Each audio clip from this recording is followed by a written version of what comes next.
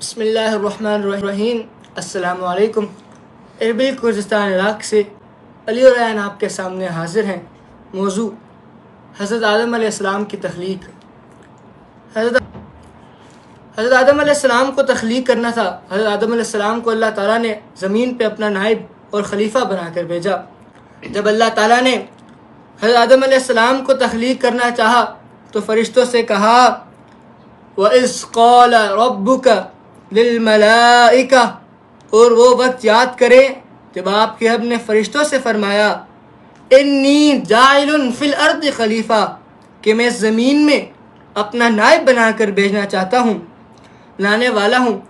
تو فرشتوں نے کہا قالوا وتجعل فیها من یفسد فیها ویسفک الدماء، انہوں نے کہا کہ کیا تو زمین میں کسی ایسے شخص کو نائب بنائے گا جو زمین میں فساد انگیزی اور خون ریزی کریں گے؟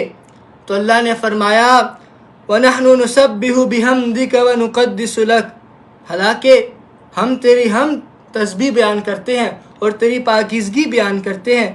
اللہ نے فرمایا قَالَ إِنِّي أَعْلَمُ مَا لَا تَعْلَمُونَ، میں وہ کچھ جانتا ہوں جو تم نہیں جانتے۔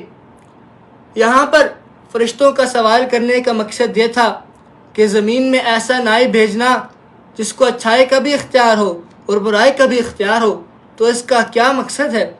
فرشتوں کا سوال ہرگز اللہ کی نافرمانی کرنا نہ تھا، بلکہ فرشتوں نے عرض کی کہ اے اللہ، تو زمین میں اس سے خلیفہ بنا کر بھیجے گا جو زمین میں فساد برپا کرے گا اور خون ریزی کرے گا، اس لیے اچھا ہے کہ اس کا وجود ہی نہ ہو۔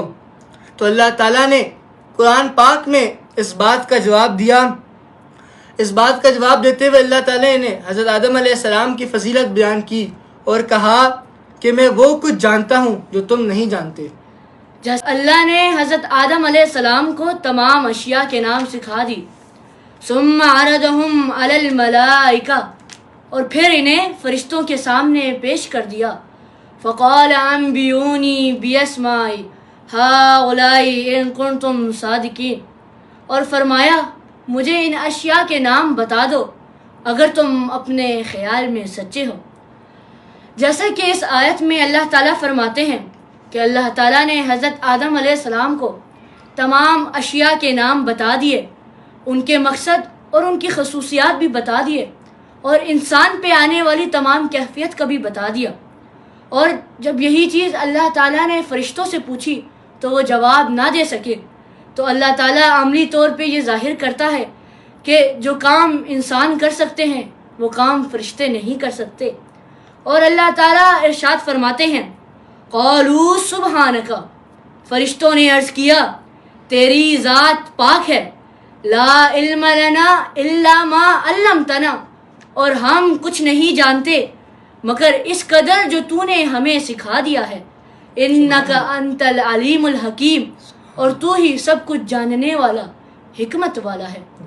تیرے نام کا تذکرہ چار سو ہے، جدھر دیکھتا ہوں ادھر تو ہی تو ہے، سبحان اللہ سبحان اللہ سبحان اللہ سبحان اللہ۔ یہ ارض و سمائے ہنسی چاند تارے، بدلتے ہوئے موسموں کے نظارے، گلوں میں خدایا تیرا رنگ و بو ہے، جدھر دیکھتا ہوں ادھر تو ہی تو ہے، سبحان اللہ سبحان اللہ سبحان اللہ سبحان اللہ۔ تو آدم کے رونے میں، نوح کی دعا میں، تو نبی اور رسولوں کی ہر کی صدا میں تیرا ہر سوالی ہوا سرخ رو ہے، جدھر دیکھتا ہوں ادھر تو ہی تو ہے۔ سبحان اللہ سبحان اللہ سبحان اللہ سبحان اللہ۔ پھر اللہ نے حضرت آدم علیہ السلام سے فرمایا، اے آدم، ان فرشتوں کو تمام چیزوں کے نام سے آگاہ کر دو۔ تو حضرت آدم علیہ السلام نے فرشتوں کو تمام چیزوں سے آگاہ کر دیا۔ اور پھر اللہ تعالیٰ نے فرمایا، کیا میں نے تمہیں نہیں کہا تھا کہ میں تمام چیزوں کو جانتا ہوں جو زمین میں ہے اور جو آسمان میں ہے، اور وہ بھی جانتا ہوں جو تم ظاہر کرتے ہو، اور وہ بھی جانتا ہوں جو تم چھپاتے ہو۔ یہاں پر اللہ تعالیٰ اپنی ربوبیت اور خالق ہونے کا احساس لایا اللہ نے، اور کہا کہ ہر چیز کا مالک اور خالق اور مختار اللہ ہی کی ذات ہے۔ عزت اور فضیلت اسی کو دی جاتی ہے جس کو اللہ تعالیٰ چن لے گا، اور اسی کا احترام اور فضیلت ہے۔ اللہ تعالیٰ نے حضرت آدم علیہ السلام کو فضیلت دینے کے لیے تمام فرشتوں کو حکم دیا، حضرت آدم علیہ السلام کو سجدہ کرو۔ اللہ تعالیٰ قرآن پاک میں ارشاد فرماتا ہے، وَإِذْ قُلْنَا لِلْمَلَائِكَةِ اسْجُدُوا لِآدَمَ، اور وہ وقت بھی یاد کریں جب ہم نے فرشتوں سے فرمایا کہ آدم علیہ السلام کو سجدہ کرو۔ فَسَجَدُوا إِلَّا إِبْلِيسَ، تو سب نے سجدہ کیا سوائے ابلیس کے۔ ابا واستکبر وکان من الکافرین، اس نے انکار کیا اور تکبر کیا اور کافروں میں سے ہو گیا۔ اللہ تعالیٰ سورہ اعراف میں ارشاد فرماتا ہے، قال ما منعک الا تسجد اذ امرتک، ارشاد ہوا اے ابلیس، تجھے کس بات نے سجدہ کرنے سے روکا، کس بات نے منع کیا جبکہ میں نے تجھے حکم دیا تھا۔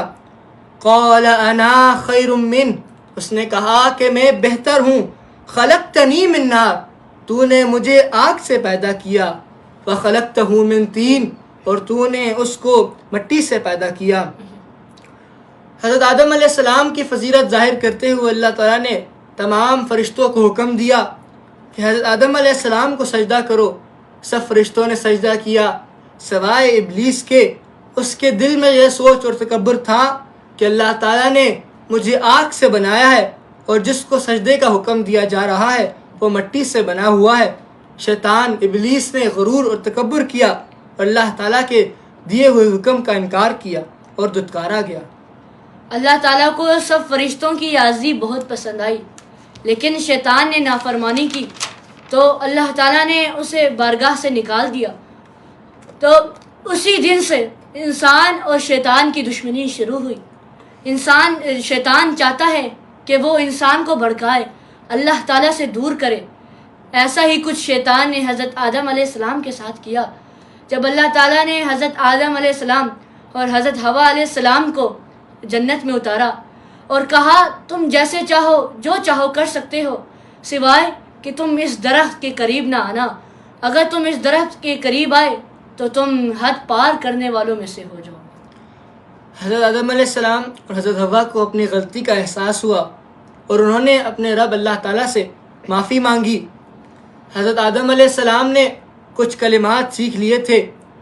اللہ تعالیٰ قرآن پاک میں ارشاد فرماتا ہے، ربنا ظلمنا انفسنا وان لم تغفر لنا وترحمنا لنکونن من الخاسرین۔ حضرت آدم علیہ السلام نے یہ دعا مانگی اور اللہ تعالیٰ نے آپ کو معاف فرمایا۔ بے شک اللہ تعالیٰ بہت مہربان رحم کرنے والا ہے۔ قرآن کے اس واقعے سے ہمیں یہ سمجھ آتی ہے کہ اختیار اور طاقت کا مالک صرف اللہ تعالیٰ کی ذات ہے۔ وہ جس کو چاہتا ہے عزت دیتا ہے، جس کو چاہتا ہے فضیلت بخشتا ہے، اور اللہ تعالیٰ کو عاجزی اور توبہ بہت پسند ہے۔ اللہ تعالیٰ کے حکم پر فرشتوں نے عاجزی کی اور حضرت آدم علیہ السلام کو سجدہ کیا۔ سب فرشتوں نے سجدہ کیا سوائے ابلیس کے، اس نے غرور اور تکبر کیا اور دھتکارا گیا۔ حضرت آدم علیہ السلام سے غلطی ہوئی تو حضرت آدم علیہ السلام نے اللہ کی طرف رجوع کیا اور معافی مانگی، بے شک اللہ بہت معاف کرنے والا ہے۔